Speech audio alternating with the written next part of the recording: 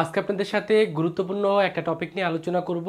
আজকের ভিডিওর যেটা টপিক সেটা হলো শূন্য হতে ভর্তি প্রস্তুতি কিভাবে শুরু করা উচিত সে বিষয় মিললি A to Z আপনাদের সাথে আলোচনা করব।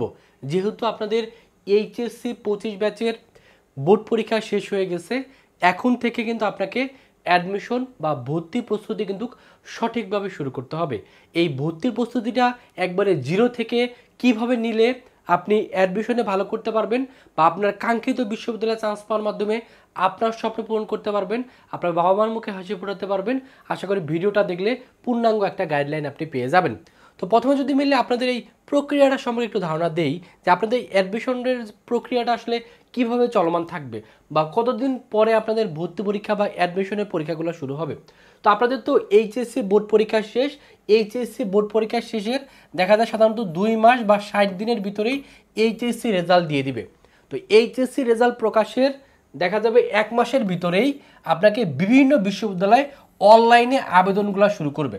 আর আপনি যদি ঢাকা ইউনিভার্সিটিতে পরীক্ষা দেন, ঢাকা ইউনিভার্সিটির আবেদন শুরু হয়ে যাবে, অনলাইনে আপনাকে আবেদন করতে হবে। আপনি যদি মেডিকেলে পরীক্ষা দেন, মেডিকেলে আপনাকে অনলাইনে আবেদন করতে হবে। আপনি যদি নার্সিংয়ে পরীক্ষা দেন অথবা আপনি যদি Rajshahi university, Khulna university, Jahangirnagar university, যেই ইউনিভার্সিটিতে পরীক্ষা দেন না কেন প্রত্যেকটাতে আপনাকে আলাদা আলাদাভাবে কিন্তু আবেদন করতে হবে। এবং আবেদনটা কীভাবে করবেন এটা নিয়ে সার্কুলার আসবে এবং সেটা নিয়ে অলরেডি আপনাদের ভিডিও দিব আমরা। তার মানে আমরা বুঝতে পারতেছি এইচএসসি রেজাল্টের 1 মাসের ভিতরে বিভিন্ন বিশ্ববিদ্যালয়ের আবেদন কিন্তু শুরু হয়ে যাবে। তো আবেদনের দেখা যাবে 2 মাস পরেই বিভিন্ন বিশ্ববিদ্যালয়ে ভর্তি পরীক্ষা 2 থেকে 3 মাস, কিছু কিছু বিশ্ববিদ্যালয় 4 মাস নিতে পারে, তবে সাধারণত 2 মাসের ভিতরেই বিভিন্ন বিশ্ববিদ্যালয়ে ভর্তি পরীক্ষাটা নেওয়া শুরু করবে।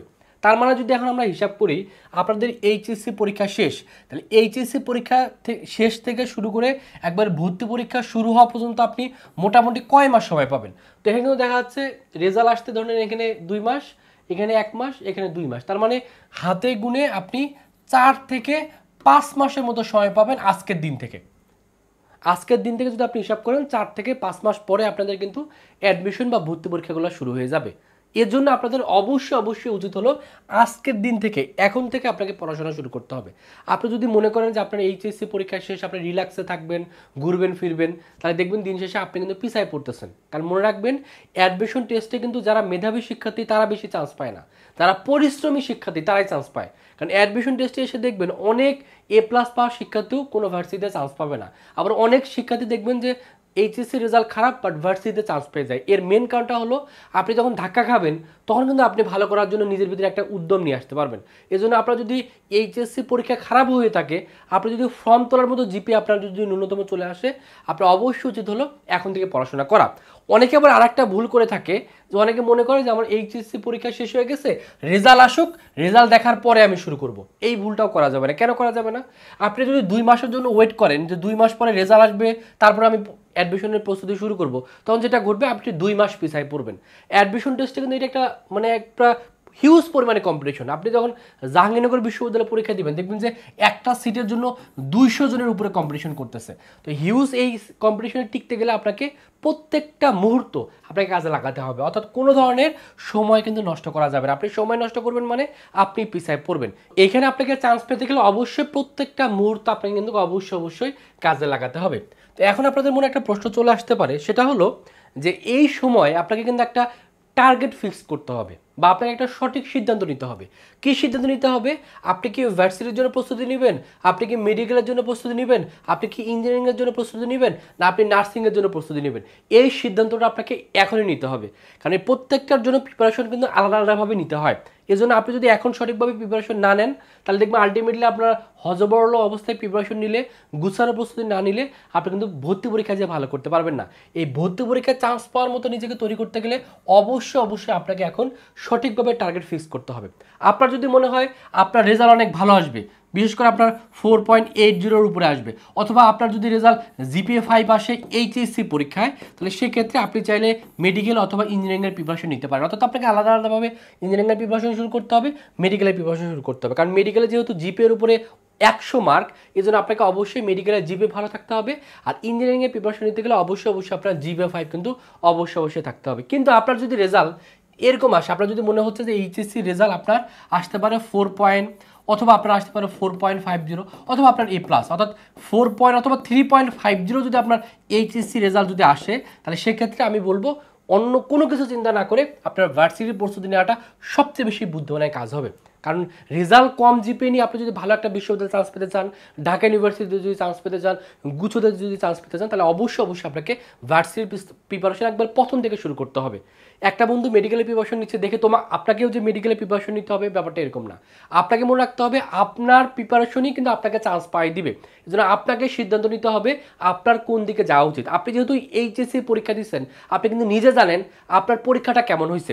আপনার এইচএসসি পরীক্ষা যদি মোটামুটি হয়ে থাকে, তাহলে আমি চোখ বন্ধ করে আপনি ভার্সিটি প্রিপারেশন শুরু করেন, অন্য কারো কথা শোনার দরকার নেই। আপনি ভার্সিটি প্রিপারেশন নেন, ভালো করে প্রস্তুতি নেন, অবশ্যই আপনি দিন শেষে ঢাকা ইউনিভার্সিটির মতো ভালো ভালো ইউনিভার্সিটিতে ভালো ভালো সাবজেক্টে, ইঞ্জিনিয়ারিং সাবজেক্টে ভালো ভালো সাবজেক্টে আপনি কিন্তু পড়াশোনার সুযোগ পাবেন। এই জন্য অবশ্যই আপনাকে সিদ্ধান্তটা এখনই নিতে হবে।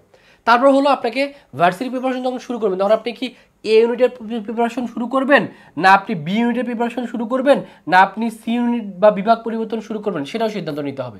কারণ অনেকে যেটা ভুল করে, এ ইউনিটের শিক্ষার্থী বিভাগ পরিবর্তনের প্রস্তুতি নেয়। এই বিভাগ পরিবর্তনের প্রস্তুতি নেওয়াটা যুক্তিযুক্ত না। কেন না? কারণ আপনি এ ইউনিটের শিক্ষার্থী যখন আপনি বিভিন্ন জায়গায় পরীক্ষা দিবেন, তখন যে আপনি সিট পাবেন সম্পূর্ণ আপনার। যখন আপনি বিভাগ পরিবর্তন করে পরীক্ষা দিতে যাবেন, দেখবেন যে সেখানে সীমিত সংখ্যক সিট, এবং কিছু কিছু জায়গায় আবার বিভাগ পরিবর্তন করে পরীক্ষা দেওয়া যায় না। যেমন আপনি গুচ্ছতে যখন পরীক্ষা দেবেন, সেখানে বিভাগ পরিবর্তন নাই। গুচ্ছতেই কিন্তু প্রায় দেখা যায় ম্যাক্সিমাম প্রায় 14,000-এর মতো সিট, সেখানে আপনি বিভাগ পরিবর্তন করে পরীক্ষা দিতে পারবেন না। এর জন্য উচিত হলো স্ব ইউনিটের পরীক্ষা নেওয়া। আপনি যদি সায়েন্সের শিক্ষার্থী হন, এ ইউনিটের প্রিপারেশন নেবেন। আপনি যদি মানবিকের শিক্ষার্থী হন, বি ইউনিটের প্রিপারেশন নেবেন।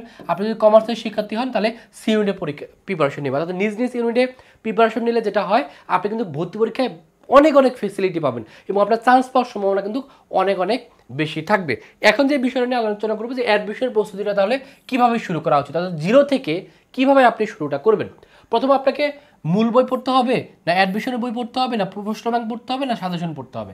তো আমি বলবো, আপনি যদি ভার্সিটির প্রিপারেশন নেন, তাহলে অবশ্যই আপনাকে শুরু করতে হবে অ্যাডমিশনের বই থেকে। আপনাকে পড়াশোনা শুরু করতে হবে। অ্যাডমিশনের বই কোনগুলো? আপনি বাজারে যাবেন, বাজারে বিভিন্ন পাবলিকেশনের বই আছে। আপনার বাজারে বইগুলো দেখে আপনার যেটা ভালো লাগবে আপনি সেটা কিনতে পারেন। আমি কোনো বইয়ের প্রমোট করতেছি না। আপনি অ্যাডমিশনের যে কোনো বই আপনার বাজারে গেলে বা লাইব্রেরিতে গেলে দেখবেন বিভিন্ন বই আছে। এ ইউনিটের জন্য আলাদা বই আছে, বি ইউনিটের জন্য আলাদা বই আছে, সি ইউনিটের জন্য আলাদা বই আছে। ওই বইটা কিনবেন। ওই সহায়ক বইয়ের সাথে আপনি চাইলে কোশ্চেন ব্যাংকটা কিনতে পারেন। আর কিছু কিছু সহায়ক বই দেখা যায় বা অ্যাডমিশন বই দেখা যায় প্রশ্ন ব্যাংকটা অ্যাড করাই থাকে। তাহলে সেক্ষেত্রে আপনাকে আলাদাভাবে আর প্রশ্ন ব্যাংক কেনার দরকার নেই। অর্থাৎ এখন আপনাকে শুরু করতে হবে অ্যাডমিশনের বই দিয়ে। যদিও মূল বইটা চাইলে পড়তে পারেন, তবে মূল বইটা পড়ে এখন আসলে সময় নষ্ট হয় বেশি। কারণ আপনি যদি অ্যাডমিশনের বইগুলো পড়েন, দেখবেন অ্যাডমিশন বইয়ের ভিতরে মূল বইয়ের কোর জিনিসগুলো অলরেডি অ্যাড করে দেওয়া আছে। এই জন্য আপনাকে এক সেট বই কিনতে হবে। অর্থাৎ আপনি এক বই পড়েই আপনি অ্যাডমিশনের প্রিপারেশন নেবেন, এক সেট বই পড়ে। আপনি বিভিন্ন পাবলিকেশনের বই পড়তে যাবেন না। যত বেশি পড়তে যাবেন তত সময় কম পাবেন, তত চান্স পাওয়ার সম্ভাবনা কমবে। আপনাকে একটা বই ভালোভাবে সিলেক্ট করতে হবে, সেই বইটা আপনাকে একবার A to Z শেষ করে আবার বেশি রিভিশন দিতে হবে। এখন আপনাদের মনে আরেকটা প্রশ্ন আসতে পারে যে অ্যাডমিশনের কোচিংটা আমি কীভাবে করবো, অনলাইনে করবো না অফলাইনে করবো? আপনি চাইলে অনলাইনে করতে পারেন। বর্তমানে কিন্তু অনলাইনটা খুবই জনপ্রিয়। বিশেষ করে করোনাকালীন সময়ের পর থেকে কিন্তু ম্যাক্সিমাম শিক্ষার্থী অনলাইনেই কোচিং করে বিভিন্ন জায়গায় চান্স পাচ্ছে। ঢাকা ইউনিভার্সিটি, বুয়েট, কুয়েট, চুয়েট, রুয়েট, মেডিকেল সহ যতগুলো পাবলিক ইউনিভার্সিটি আছে, ম্যাক্সিমাম শিক্ষার্থী দেখবেন যে অনলাইনে কোচিং করে চান্স পেয়ে যাচ্ছে। আর আপনার যদি টাকা পয়সা ভালো থাকে, আপনি চাইলে অফলাইনেও করতে পারেন। অফলাইনে করলে দেখা যায় খরচ বেশি, কারণ অফলাইনে কোচিং করতে গেলে আপনাকে 15,000 20,000 টাকার মতো খরচ হবে। আর আপনি যদি ঢাকায় যে কোচিং করেন, তাহলে সেক্ষেত্রে আপনাকে মনে রাখতে হবে 50 থেকে 60,000 টাকা খরচ হবে। আর আপনি যদি অনলাইনে কোচিং করেন, আপনি ঘরে বসে কোচিং করতে পারবেন।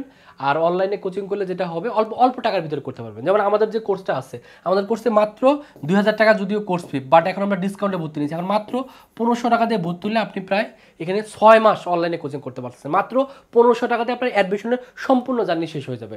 আর যখন আপনি অফলাইনে যাবেন, সেখানে আপনাকে যদি আপনি বাইরে থাকেন থাকা খাওয়ার খরচ আছে, সব কিছু মিলে আপনাকে মানে 50 থেকে 60,000 টাকা খরচ হবে। তো আপনার যদি অর্থনৈতিকভাবে আপনার সামর্থ্য কম থাকে, আপনার উচিত হলো অনলাইনে কোচিং করা। কারণ অনলাইনে এখন জনপ্রিয় এবং অনলাইনে কিন্তু ম্যাক্সিমাম শিক্ষার্থী করোনাকালীন সময়ের পর থেকে কিন্তু অনলাইনে কোচিং করে চান্স পাচ্ছে। যদিও 2020 সাল বা 19 সালের আগে সবাই অফলাইনে করতো, অনলাইন জিনিসটা ছিল না। বাট এখন কিন্তু আপনারা যে আমাদের ভিডিওটা দেখতেছেন, এই ভিডিওটা কিন্তু অনলাইনে দেখতেছেন। সো এরকম আমাদের যদি কোর্সে আপনি ভর্তি অনলাইনে অল্প টাকার ভিতরে ইফেক্টিভভাবে প্রস্তুতি নিতে চান, আপনি চাইলে ভার্সিটি গুচ্ছ টার্গেট কোর্সে ভর্তি হতে পারেন। এই কোর্সে কিন্তু লাস্টবার যে শিক্ষার্থী গুচ্ছে প্রথম হয়েছে, সে কিন্তু আমাদের এই কোর্সেরই শিক্ষার্থী। এই অনলাইনে কোচিং করেই সে কিন্তু গুচ্ছের মতো জায়গায় একবার প্রথম স্থান অর্জন করছে। তো আপনি যদি ভর্তি হতে চান, কোর্স ফি যদিও 2000 টাকা, তবে এখন আমরা ডিসকাউন্টে ভর্তি নিচ্ছি, আমাদের ডিসকাউন্ট চলবে আর 3 থেকে 4 দিন আমরা ডিসকাউন্টটা চালাবো, তারপর ডিসকাউন্ট বন্ধ করে দিব। তো যারা ডিসকাউন্টে ভর্তি দিতে চান তারা মাত্র 1500 টাকা এই নাম্বারে বিকাশে পাঠিয়ে এই নাম্বারে কল দিলে ভর্তি করে নেওয়া হবে। এবং আমাদের নতুন ব্যাচের ক্লাস শুরু হবে কিন্তু সেপ্টেম্বরের 1 তারিখ থেকে। তো যারা একবারে নতুন ব্যাচে ভর্তি দিতে চান দ্রুত এই নাম্বারে বিকাশে টাকা পাঠিয়ে এই নাম্বারে কল দিবেন, অথবা এই নাম্বারে হোয়াটসঅ্যাপে নক করলে আপনাকে ভর্তি করে নেওয়া হবে। এবং আপনি এখানে ভর্তি হলে অনলাইনে ঘরে বসে বাংলাদেশের যে কোনো প্রান্ত থেকে অনলাইনে ক্লাস করে আপনি শতভাগ প্রস্তুতি নিতে পারবেন। আর অবশ্যই আপনাকে রুটিন অনুযায়ী পড়াশোনা করতে হবে, প্রতিদিন অল্প অল্প করে পড়াশোনা করতে হবে। মানে আপনাকে প্রথম দিন থেকে অনেক পড়তে হবে এরকম না, আপনি অল্প অল্প করে যখন পড়তে থাকবেন একটা সময় দেখবেন আস্তে আস্তে আস্তে আস্তে আপনার পড়াশোনাটা একবার 100% প্রিপারেশন হয়ে যাচ্ছে। আপনার যদি বেসিক একবারে জিরো থাকে, আজকে থেকে যদি আপনি পড়াশোনা শুরু করেন আপনার শতভাগ প্রস্তুতি ইনশাল্লাহ কমপ্লিট হয়ে যাবে। এবং প্রতিদিন গুছিয়ে পড়াশোনা করবেন, অগোছালোভাবে পড়াশোনা করলে কিন্তু চান্স পাওয়াটা অনেক টাফ হয়ে যায়। যেটা প্রথম থেকে গুছিয়ে পড়াশোনা করবেন, বিশেষ করে যারা আমাদের এই কোর্সে ভর্তি হবেন, আমরা যেভাবে ক্লাসগুলো অনলাইনে নেব আপনার অটোমেটিকলি আপনার পড়াশোনাটা গুছায় যাবে এবং একটা শতভাগ প্রস্তুতির জন্য একটা ভালো প্রিপারেশন আপনার এই কোর্সে ভর্তি হলে হয়ে যাবে। তো যারা মেডিকেল বা ভার্সিটির জন্য জিকে কোর্স করতে যাচ্ছে আমাদের এখানে করতে পারেন। কোর্স ফি 1000 টাকা, ভর্তি হওয়ার জন্য এই নাম্বারে 1000 টাকা বিকাশে পাঠিয়ে এই নাম্বারে কল ধরে ভর্তি করে নেওয়া হবে। আমাদের অনলাইন এক্সাম ব্যাচ আছে বিজ্ঞান মানবিক বাণিজ্যের জন্য আলাদা আলাদাভাবে, কোর্স ফি 500 টাকা, ভর্তি হওয়ার জন্য এই নাম্বারে 500 টাকা বিকাশে পাঠিয়ে এই নাম্বারে কল দিলে আপনাকে ভর্তি করে নেওয়া হবে। এই হলো শূন্য থেকে কীভাবে আপনার ভর্তি প্রস্তুতি নেওয়া উচিত সেটা সম্পর্কে আপনাদের A to Z ধারণা দিয়ে দিলাম। তারপর যদি কারো কোনো অ্যাডমিশন সংক্রান্ত প্রশ্ন থাকে অবশ্যই ভিডিওর কমেন্ট সেকশনে প্রশ্ন করে ফেলবেন, আমি চেষ্টা করবো প্রশ্নের উত্তর দিয়ে দেওয়ার জন্য। তাহলে সকালে ভালো থাকবেন, সুস্থ থাকবেন, আল্লাহ হাফেজ।